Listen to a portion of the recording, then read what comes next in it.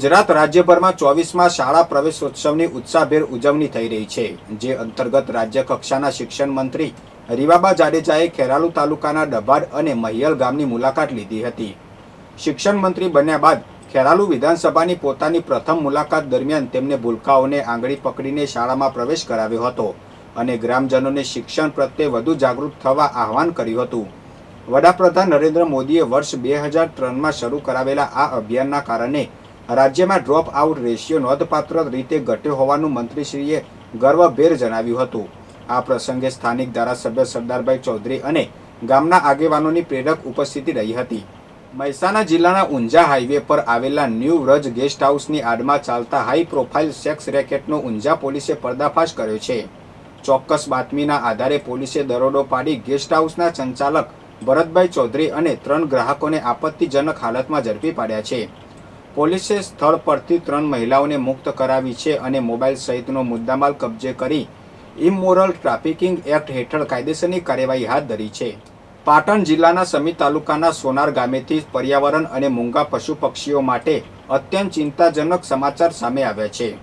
ગામના નાયકા સમી રોડ પર આવેલી સરકારી પડતર જમીનમાં કેટલાક અજાણ્યા શખ્સો દ્વારા મોટા પાયે ઝેરી કેમિકલ ઠાલવવામાં આવ્યું હોવાની ઘટના પ્રકાશમાં આવી છે.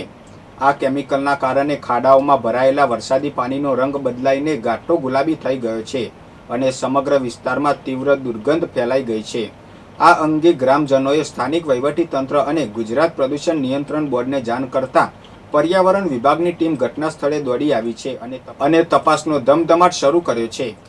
બનાસકાંઠા જિલ્લામાં મગફળીના મફત બિયારણની કીટ વહેંચણીના મુદ્દે ખેડૂતોમાં ભારે અસંતોષ અને રોષ ફાટી નીકળ્યો છે.